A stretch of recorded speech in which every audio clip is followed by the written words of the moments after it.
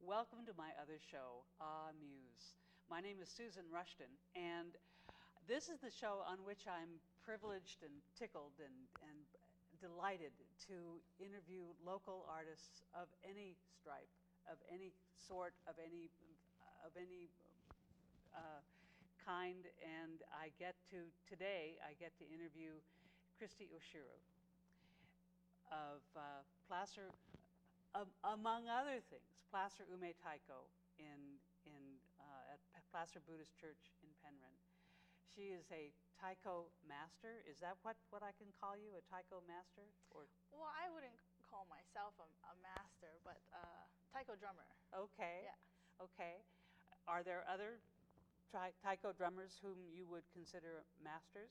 Oh yes, there are many taiko pioneers in North America who brought taiko from Japan to North America. One in particular, Grandmaster Seiichi Tanaka Sensei from the San Francisco Taiko Dojo. He would be the foremost, as we would say, like the grandfather of taiko drumming in North America. All right. So I met Kristy and I saw the Placer Ume Taiko performing a couple of times in the last several years, and was so charmed and excited and impressed by the work they were doing and the play they were doing, the fun they were having, and the music you were making, that I really needed to find out more about it. I took a couple of class sessions from Kristy earlier this year, and it was clear to me why people like to do taiko, why people get addicted to it, and why they do more of it. So what is taiko to begin with? Well, taiko drumming is a Japanese performing art form. The name taiko itself in the Japanese language means purely drum. And so it could be a drum from any culture or any type of drum. But in this context, we're using the word taiko to describe the art form. And outside of Japan, it has become common to use the word taiko in that way to describe the art form of Japanese drumming. And so it's very much a modern art form. The drums themselves have a long history in Japan, being used for many different types of things. For example, farmers would use the vibrations of the taiko. They thought it scared pests from their rice fields. Mm-hmm. Soldiers would use the drums to signal movements in battle. And in villages, they would use the drum to warn folks of danger, say if someone's house was on fire. Mm-hmm. And religious ceremonies would use the taiko in Buddhist and Shinto chanting, and in plays like kabuki theater and no theater, they use taiko in that. And of course in festivals and happy times to accompany Japanese folk music and folk dance, taiko was used for many different things in Japanese daily life. But taiko, as we see it being performed today in modern times in large groups of people in sometimes a concert setting, mm-hmm. Outside of daily life and farming and wartime and religious ceremonies and festival celebrations and things like that. This type of taiko that we see being performed today is actually very modern and less than 100 years old. It's very much a group activity done by large numbers of people all at the same time drumming, which is why so many folks are drawn to it, because it's so community building, and mm-hmm. that feeling of togetherness with everyone doing something together in unison is very powerful. Yes, I agree with you. Why did you get involved with it? Well, I started being interested in taiko since I was very young. In my hometown of Kona on the Big Island of Hawaii, there's a festival there, a very famous coffee festival. Kona is very famous for its mm-hmm. coffee. And so every fall there's a Kona Coffee Festival around harvest time. And at the end of the festival, there was always a performance by the local youth taiko group. And that it always closed out the festival, and I would always be there at the end of it, like right in the front watching, because what I really loved about it was how loud and powerful the sound was, and how it just vibrated through everything and everyone in the room. And I was hypnotized and captured by it. And I knew from the first time I saw and felt it that I had to do it, that it was something I must do. Yes. Yeah, and so when I was old enough, I started learning taiko with that same group. And I've been doing it ever since. Yes. And how long have you been in California? I've been in California now for at least 10 years now, I would say. Okay. Yes. And on your website, you have your upcoming performances. Mm-hmm. You are, and your upcoming, and the fact that you teach at in a variety of locations, including Placer Buddhist Church in Penryn. But you're coming up soon. You're performing. I am imagining they asked you to perform in Hawaii. Oh yes. Yes. Yes. The very same group that I started learning taiko with. They are having a concert when I'm home for the holidays on January 2nd at the same Buddhist temple. Oh boy. That we practiced at. Oh good. Yeah, they were fundraising to study taiko in Japan, and so they asked me to come and be a guest performer, and of course I agreed. Yes. Yes. Yeah, so I'm looking forward to that very much. Good. Why do you teach it? Why do you teach taiko? I have always been interested in sharing what I know with others, and to be able to teach something that I know, something really powerful that people enjoy, and to get to see them enjoy it and then improve, and then see them be glad about their improvement is something really special to me. And in particular, my passion is teaching youth, and because I grew up playing taiko as a young person, so I really learned a lot about life, not just about music and culture through taiko, but my life skills I learned a lot through taiko, and so I very much so want to pass that on to the younger generation as well. Okay, I want to ask you about more of how taiko taught you about your life skills. I'm writing that down, but first, before we talk about that, I would like to have you play your piece called kare. Yes. Japanese curry. Would you do that?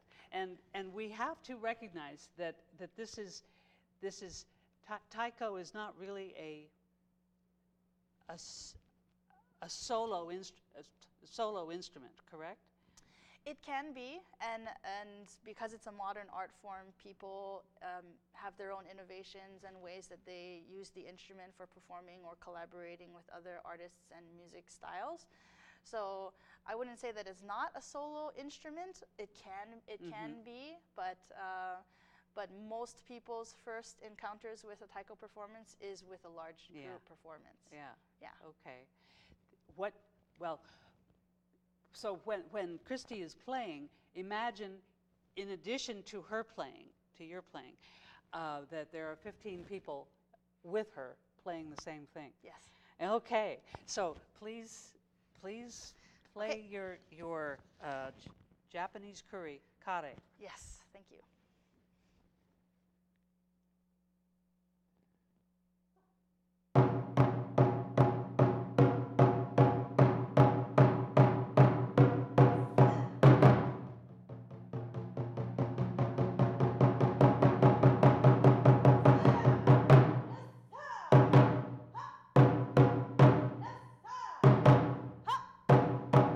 Yes, sir.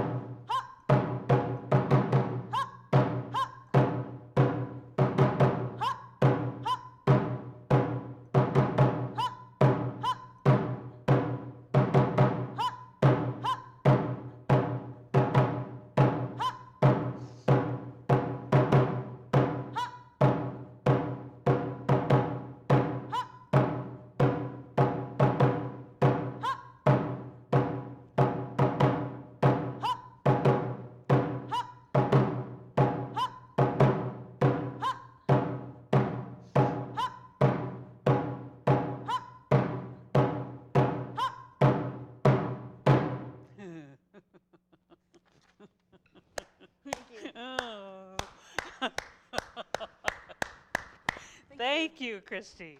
Wow. Wow. And I see how kind you were when you taught us the first part. I thought the first part was the whole part of kare, but this is the complete kare, right? Or- It's a one version of it, yes. Okay, okay. You were very kind to teach us the other version, which is most of like the first half Yes. of what you taught us.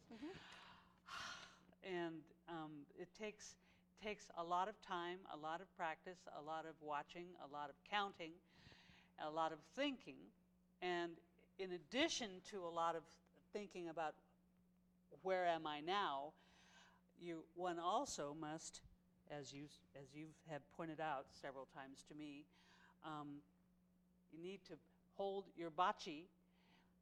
It's bachi, not bachis. Right? Yes. Yeah, Yes. your bachi carefully and correctly. So you have to pay attention to your posture, and where your legs are, and where your feet are, and your back. And so is that what you mean by that you learned life skills? Well, With- yes, in learning anything new, there's lots of things that are new and that you have to remember. But really, the most important thing about playing taiko is the spirit with which you play it with. And so all those tiny details are yes, important too, but secondary most to the feeling with which you play with and the energy that you project out to not only your fellow performers, but also to the audience. Yes. And so some of the life skills that I learned growing up with taiko are very much skills that I use all the time today. My sensei, my teacher that I learned from, the reverend of the temple, Ryuji Tamiya sensei, he relied on us a lot to take care of ourselves in our practices and in the performances. So we had to lead the warm-ups ourselves. And when we had to pack instruments for a performance, he relied on us to make sure that we had everything that we needed and we didn't forget anything. Yes. And Okay. once And we did it's- forget something quite important, and then we had to deal with the consequences of Yeah. our mistake. And so As in real life. yes, yes. Yeah. And a lot of times, as our group became a little bit more well known, we had a little more higher profile performances, like at the hotels and the resorts on the island. And so we learned a lot about the difference in expectations for that kind of level of performance. And there was a lot of hurry up and wait, like in the professional atmosphere. We know a lot about that, in that you have But to for hurry and get kids- everything set up, Yeah. and then you have to sit there and wait quietly and professionally for sometimes quite a long time. And so we did have to learn how to grow up quite quickly. But those very valuable skills that I still carry with me today. Yes, yes. And I didn't see your face sitting here when I was sitting here, but I know you had because you do have an excited look on your face when you're playing. Yes. Because you're playing, for one thing, and you want other people who are watching you to be as excited Yes, yes. as you are. Yes, exactly. And in my memory of what was going on in the classes, and I've taken 2 classes and I haven't taken any more, and you're aware of that.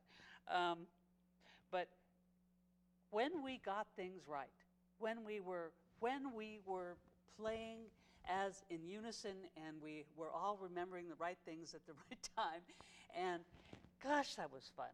It was thrilling. Look at us. Look at what we can do, and mainly look at us and look at me. Look me. Look at what I'm doing. That was fun. That's terrific. And when I'm seeing people who have done this for a long time, like the advanced class at Plaza Ume Taiko performing, that's just thrilling. It's clear they know what they're doing. It's clear they're enjoying it. And they like working and playing with each other. Yes, it's very fun. And they all started just like you did, not knowing anything. And through practice and continuing to come to classes, everyone improves and can be a performer in the group if they want to. Yes. Yeah. Now, you were shouting some things. Yes. What were you shouting? So those shouts that I was saying comes from a group of words called kiai. Kiai means to bring together energy. And it's very similar to the shouts that you hear in martial arts. We are projecting our energy. Sometimes we use it to send our energy out to the audience. Sometimes it's to send our energy to other performers, if other performers are maybe doing a solo and we want to support them. So we'll shout. And sometimes we'll use it to cue different parts of the song that are happening, just to remind people that things are changing in the song. But those words usually don't mean anything. They're Japanese syllables like so, re, ha, sa, but they don't translate into anything. They're just kind of like, yeah, go, kind of things like that. And it's understood in the taiko community that these all the words all the sounds are used at the same time. The same very situation? much can be used in any situation. Any word could be used in any situation. So it's very kind of free for improv and for any use at any time. Okay. So people, as the spirit moves them to say anything at any time, everyone's welcome to say whatever they feel. Now, back to teaching. Yes. You teach 7 different classes in 7 different locations? No. I don't know how many. I've never counted them all. Oh. But I teach many classes in different places. 7 probably sounds about right. But yeah, my website, of course, as you said, lists them all. But yes, I teach as far this way as Nevada City, and then I teach all the way down in San Mateo. Wow. And in places in between also, of course, Sacramento, I have a few classes at the Sierra 2 Community Center and at the Hart Senior Center, the Ethel Hart Senior Center. And then sometimes in Oakland, Richmond, and then, of course, San Mateo at the Buddhist temple there. Okay.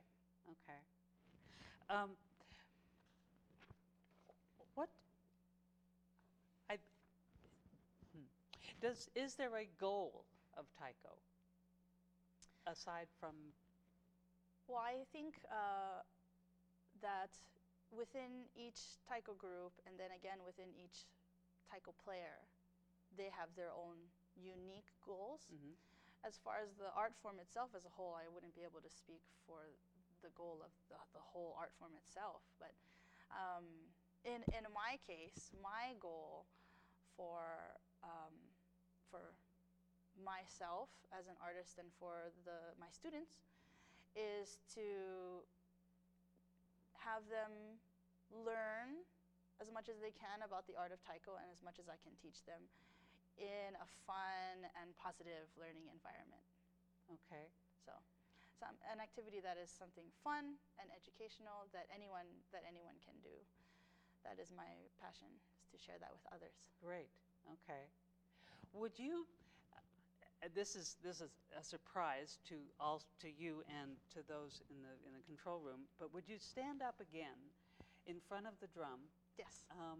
And show us what the correct posture is. Oh, okay. Well, there are many different styles of taiko playing, many different types of taiko, many types of drums, Japanese drums, and each drum has its own style of standing and hitting, and even different bachi that we use for different drums. And so this is only just one kind of taiko. And this is the way that I approach the drum, and within the art form itself, there's many different kinds of styles. So there's no one right way or no wrong way. But what I like to do with my students is generally to have them have their feet apart in a nice grounded stance, so that you can draw power up from the ground. And knees, of course, bent to be able to receive that power.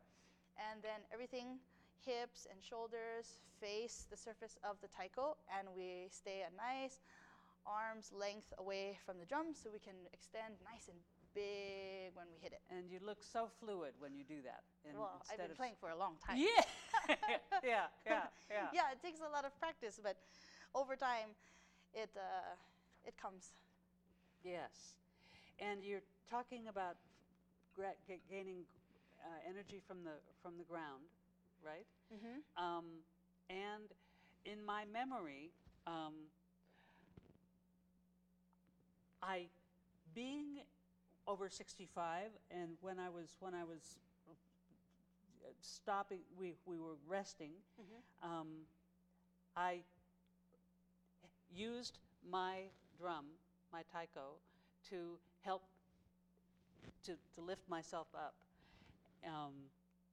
to do this. And you said, no. Why?